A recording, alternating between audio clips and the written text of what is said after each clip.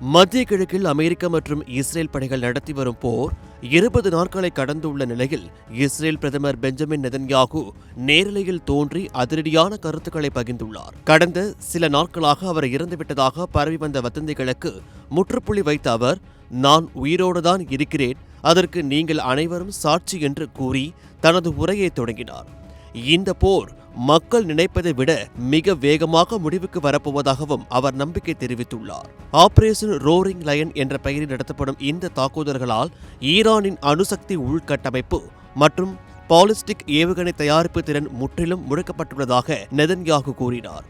முதல் கட்ட தாக்குதலில் ஈரானின் ஏவுகணை மற்றும் ட்ரோன் சேமிப்பு கிடங்குகளை அழித்ததாகவும் தற்போது அந்த ஆயுதங்களை தயாரிக்கும் தொழிற்சாலைகளையே தரைமட்டமாக்கி வருவதாகவும் அவர் குறிப்பிட்டார்.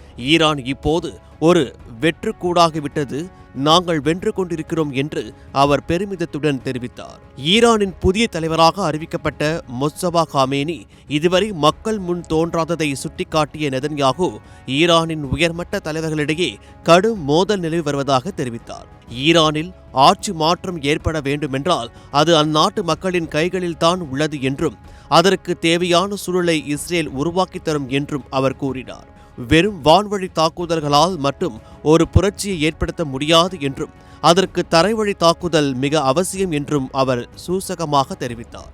சர்வதேச அளவில் உயர்ந்து வரும் எண்ணெய் விலையை குறைக்க அமெரிக்க அதிபர் டொனால்ட் ட்ரம்ப் உடன் இணைந்து ஹோர்முஸ் ஜலசந்தியை திறக்க தீவிரமாக செயல்பட்டு வருவதாக நெதன்யாகு கூறினார். மேலும் இஸ்ரேல்தான் அமெரிக்காவை இந்த போருக்குள் இழுத்துவிட்டதாக பரவும் செய்திகளை அவர் மறுத்தார். அதிபர் ட்ரம்ப் யாருடைய பேச்சையும் கேட்டு செயல்படுபவர் அல்ல, இரு நாடுகளும் இணைந்து மின்னல் வேகத்தில் இலக்குகளை காட்டி வருகிறோம் என்று அவர் தெளிவுபடுத்தினார். மத்திய கிழக்கின் அரசியலில் வரைபடம் மாறப்போவதை நெதன்யாகுவின் இந்த பேச்சு உறுதிப்படுத்தியுள்ளது.